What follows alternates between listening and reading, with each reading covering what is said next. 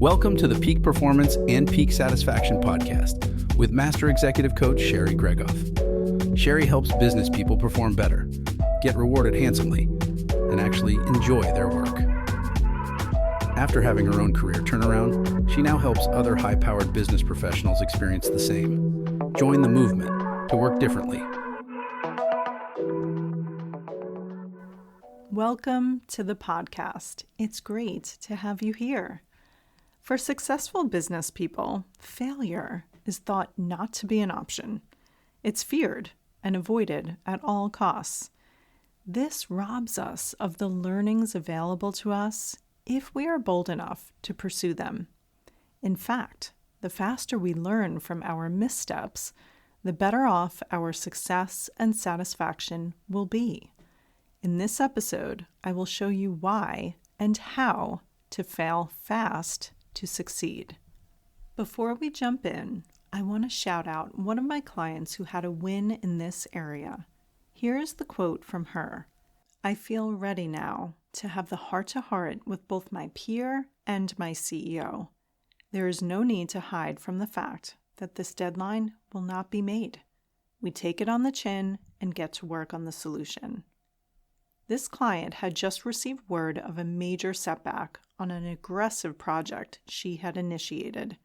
Significant savings were incorporated into budgets, and as the hard deadline approached, she discovered the automation efforts were not going to complete in time, putting the entire initiative at risk. Something would have to give.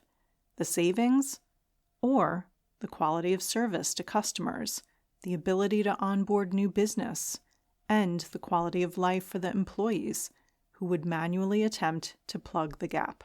My client took it on the chin for that team effort where the savings targets for her business would not be met, not by the committed deadline anyway, and it had significant financial impact. A key dependency on another team ended up jeopardizing the planned outcome of the project. Instead of retreat, she calmly asked that we dive into an analysis of what went wrong, what she could have done differently, and how to adjust her approach for next time, how to gracefully navigate the implications in the now. This is leadership. We take the risks. Our businesses are better for it. This bold effort may have been late against the intended schedule, but the net benefit is crystal clear. Had she shied away from suggesting, leading, and reviving this effort, her clients, team members, and business owners would have been worse for it. She took the risk and learned from the setbacks. This is how we grow into better leaders. Similar victories are shared by all of my clients, and I have experienced it too in my own career turnaround. So let's hop to today's podcast content and get you on your way to experiencing this also. As business people who have achieved a level of success, as type A overachievers who only like to accomplish and excel, we likely have a conscious or subconscious fear of failure, inadequacy, rejection, and loss of our safety. Without specific intention, fear may be steering the ship on our leadership, in our business, and in our careers. Here's how to spot this at work for you. Playing it small, sticking to status quo rather than introducing change that may or may not work out. Avoiding even those small risks to escape the discomfort that comes with them. Following the current strategy on repeat. Survival is the aim, hanging on to the job to see another day. We can fall into this routine with the best of intentions. If we do something new, we want to do it with excellence immediately, or not do it at all. The curated highlight reels of our colleagues on social media would have us believing they never have a misstep. They are never learning by doing. The accolades and opportunities, they just pour in the door, while the individual just keeps doing comfortably what they've always been doing. Have you ever seen that iceberg meme of what is visible on someone's success? It's usually the outcomes, the results, the portion of the massive iceberg that is above water. We don't see the bulk of the iceberg below the water's edge, all the failures and missteps and discomfort and risk that went into it. Those are all underwater, unseen. This is the case when we look at others' successes from the outside. My boys are in middle school right now. This year, each of them played a new sport on a team that they have never played before. There was some trepidation, and rightly so. They put themselves out there, often against formidable competitors from other schools. Sometimes the games were shutouts. Along the way, I do think there were moments when they thought it should be easier or that their skills should be better. They watched the varsity team's adept skill and consistency and felt it was a far cry from where they were. Many of their teammates were in the same position, taking a risk, it feeling hard, going again, showing up at every practice and every game, giving it their all. I would explain that every player starts here, having the guts to go out for the team and face the competition, while at the same time developing the very skills needed to excel at the game. Well, that takes courage and a willingness to fail fast. It's also the quickest way to learn the game and improve your skills. You can read about how to play. You can watch others play. But the only way to really learn is by doing. To their credit, they committed fully. They accepted that not every play would go the way they wanted. Not every game would be the outcome they hoped for. But they came to realize that day after day, week after week, game after game, they became a better player, a better team. So they showed up with a smile. They accepted the high fives, even after the blowouts. The group of parents in the stands seemed to feel more crestfallen than they did. I think it's because we didn't get the rush of pride they felt doing the bold and hard thing to rack up the reps they knew it would take to hone their new craft. Or maybe we're more sensitized to perceive failure and more delicate to experiencing that discomfort. I am so proud of the boys' commitment and everything they learned this year through this experience. They are too. It no doubt helped shape their character and the level of belief they have in themselves to master new things without needing any shortcuts, without needing perfection in the process. Their goal was progress first. That's always the goal to have when aiming to improve, isn't it? So back to our business careers. We're all wired to stretch and grow. It's a basic human need that each of us are programmed with. If we feel that inner pull to thrive, to step off of autopilot and mere survival in our careers and beyond, there are some new habits we can aim to adopt as first steps. First, continuous improvement. We can clarify that our goal is not just the final reward of outward success and accomplishment, but progress and every small accomplishment between here and there. With progress as the goal, we aim to fail faster, to learn at every step. No setback or crisis passes without us extracting the valuable lesson from it. We can do this by carefully asking ourselves, what's going well? What's not going well? And what do I want to change now for better outcomes? This reflection and learning is what sets us up for success in our next attempt. For my boys in their sports, it's watching back the game tape. Keep in mind, our body will have some resistance to pressing play on that shutout game that didn't go to plan. Do it anyway. This is where the gold is.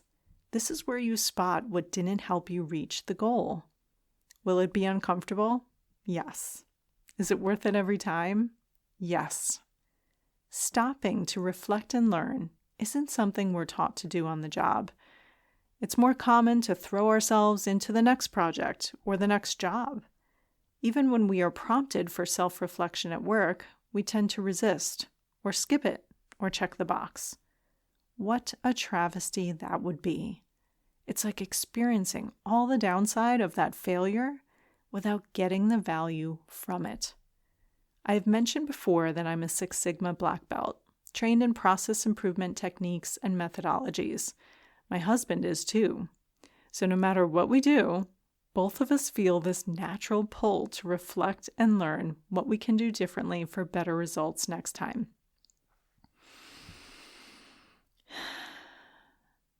This goes for the last holiday we hosted, the vacation we just had, literally everything. We find our kids even saying now, "What did we learn this time that we would do differently next time?" It's a great habit. Admittedly, it feels lower stakes to do this after a vacation than it is your last big presentation. So I need to drag myself sometimes to watch back my own game tape. It can be cringeworthy. But then I remember my sons boldly carving their way through what can be said is the most challenging season of childhood, middle school, doing the thing, owning it, and learning from it. Surely I can watch back my cringeworthy game tape too.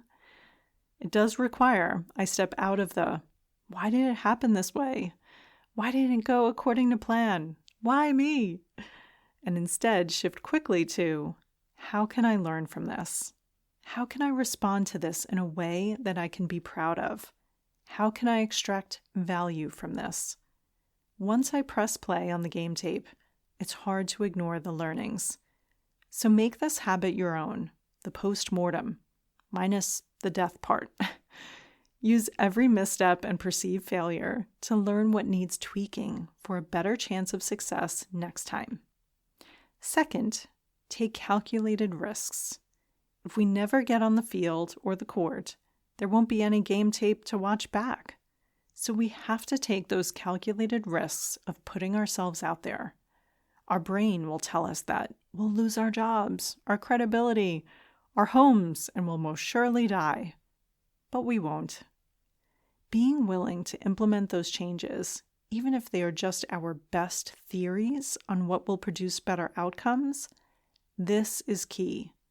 When we go to take that calculated risk, raise our hand for the stretch opportunity, make the non-traditional choice on our next job, delegate that task that we want done perfectly. Here are excuses that we tend to tell ourselves, and for each one, I'll offer you a more constructive belief to practice instead. Number 1, I'm not the right person for this. Who am I to aim this high? To have my cake and eat it too? To have the success and satisfaction at the same time? We may feel inadequate, not good enough. In those moments, consider who else you are doing it for. Maybe it's up-and-coming talent who looks like you or has a similar background that's following in your footsteps, seeing what's possible for emerging leaders.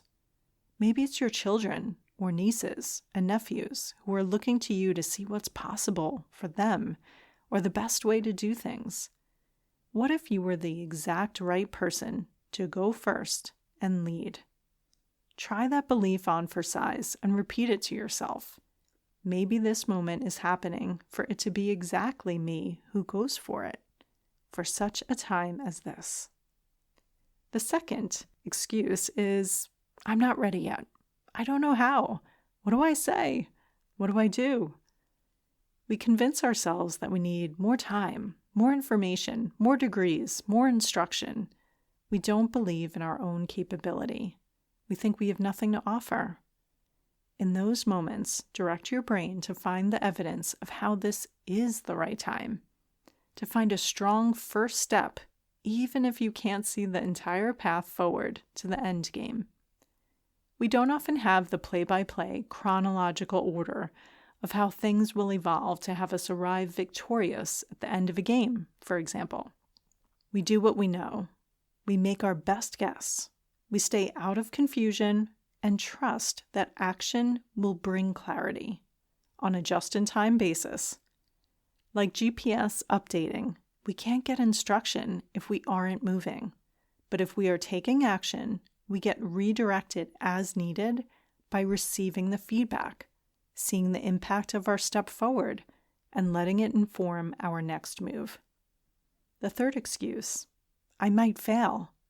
We worry it will go all wrong. The worst case scenario, it doesn't work out. we'll look foolish. We may be questioned or judged. We imagine this worst case and decide we don't have the capacity to persevere through it, usually without really examining what would happen and how we would overcome in a worst case scenario.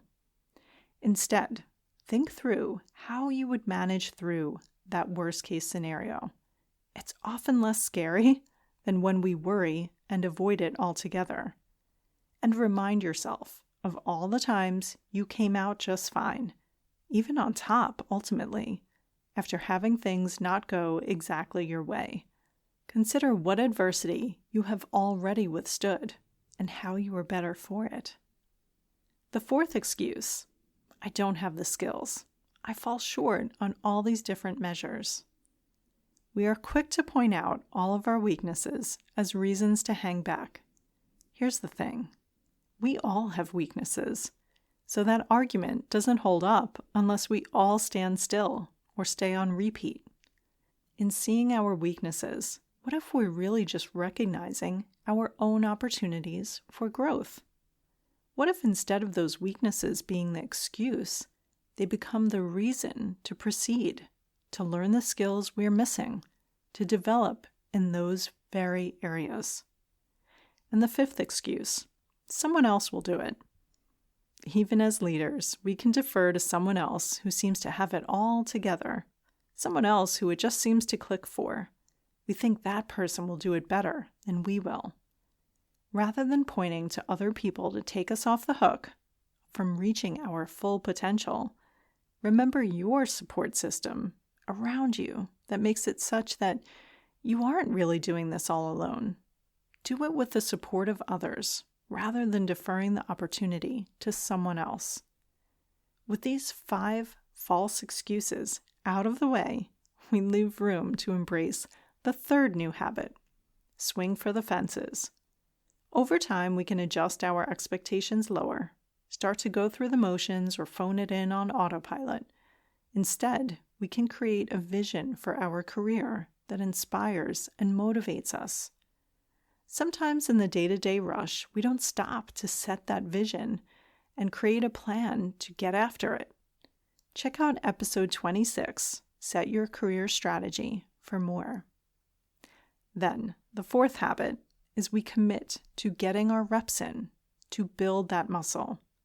We keep our eyes on the long-term game and know that building these skill sets is like building a muscle.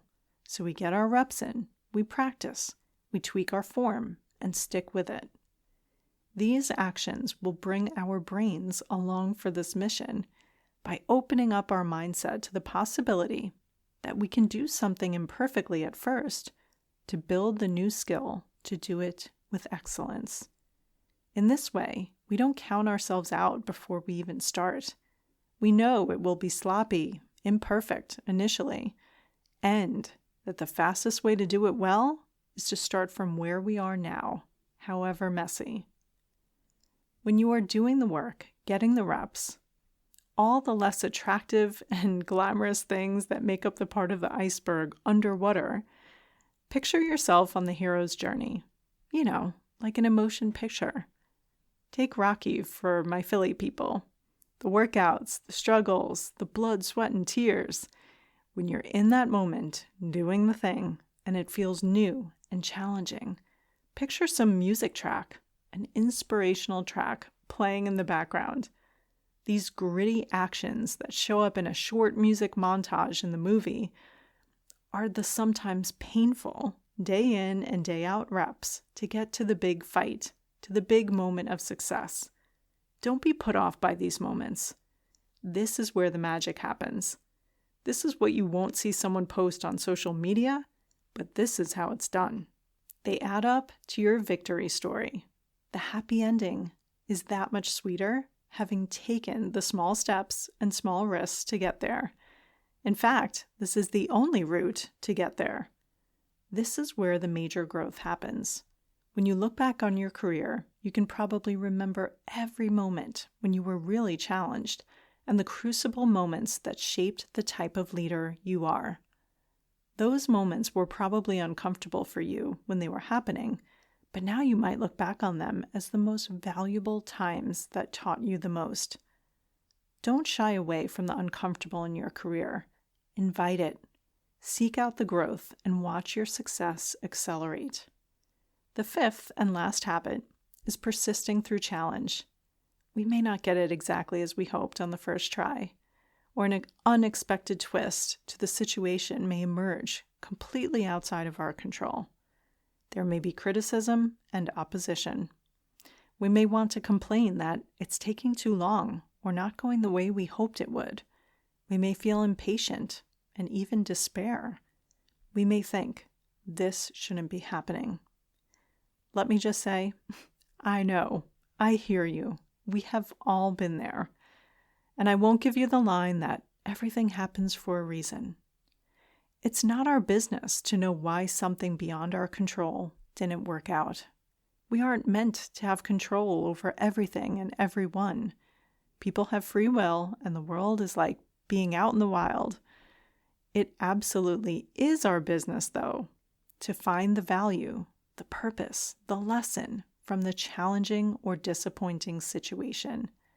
That is how we flip from, this shouldn't be happening, to, since this is happening, I'm going to make it work in my favor. Our brain may propose that changing our approach to work will jeopardize our career and risk all of our success. All or nothing, status quo, or imminent doom. Really, it's small experiments that we do, 1-degree shifts at a time, that are incredibly impactful and fruitful. What seems so risky and difficult can be broken down to small changes day to day that add up big. When we feel resistance to trying something different for different results, it's fear. Now, some fear is healthy. Fear is what keeps us from stepping off the sidewalk into traffic. Fear is what has us look both ways before we cross the street. But when fear takes over is when we decide never to cross the street, when we would rather stay in bed and pull the covers over our head than put ourselves out there in the world, when we would rather stick to the template everyone else is following and chart our own course, when we think we have to work the same way everyone around us does for fear of upsetting the apple cart. This is when the fear is winning. There may always be fear. The only time fear actually wins is when we quit without trying. Instead of giving up, don't wait for the moment when it's not scary. Do it with the fear. For me, it comes up as a gulp. I accept a speaking engagement. Gulp. I hit publish on a particularly vulnerable piece. Gulp. I schedule a meeting to deliver a message that will initially be difficult to hear. Gulp. I speak truth to power in corporate for the benefit of my team, clients, and business. Gulp. I show my client exactly what's been holding them back from the success and satisfaction they want in their career. Gulp. I gulp, and I do it anyway. In my core, I know it's right. In my core, I know that my discomfort is less important than the ultimate benefit it will create. This is a muscle we can build. It takes reps, even failures. It takes a willingness to face the risk. Things may not go the way we initially want them to, but in that process, we will learn the key information, the critical feedback to tweak our approach and go again. Think of it like getting the missing link to succeed in the next try. Without putting ourselves out there, we'll never get that missing link. The success will be farther away when we aren't taking active steps towards it. Part of my philosophy is that we never lose. We always win or learn. The goal is to always be winning or learning. The goal is progress. Having the goal of perfection keeps us decidedly unsuccessful in reaching that very goal. So do it fast. Do it imperfectly. It's the fastest way to succeed. The most direct route to where you want to go is to start from where you are. To start. Steps forward. Small risks right now. The gulp is a sign that you are on the right track. You will start seeking it out, knowing that on the other side of it is the very growth you're missing to level up your performance, impact, and satisfaction. Rather than going in circles around your current job in rumination and waiting for someday when you or the circumstances around you will be perfect to level up, just waiting for that right moment, you can decide this is the moment that you will make right. You can win or learn right now. Take action fast to reach your success faster. There is no failure. That was just a judgment you had on how growth and success should work, without any missteps or learning along the way. But now you know the real process. Until next time.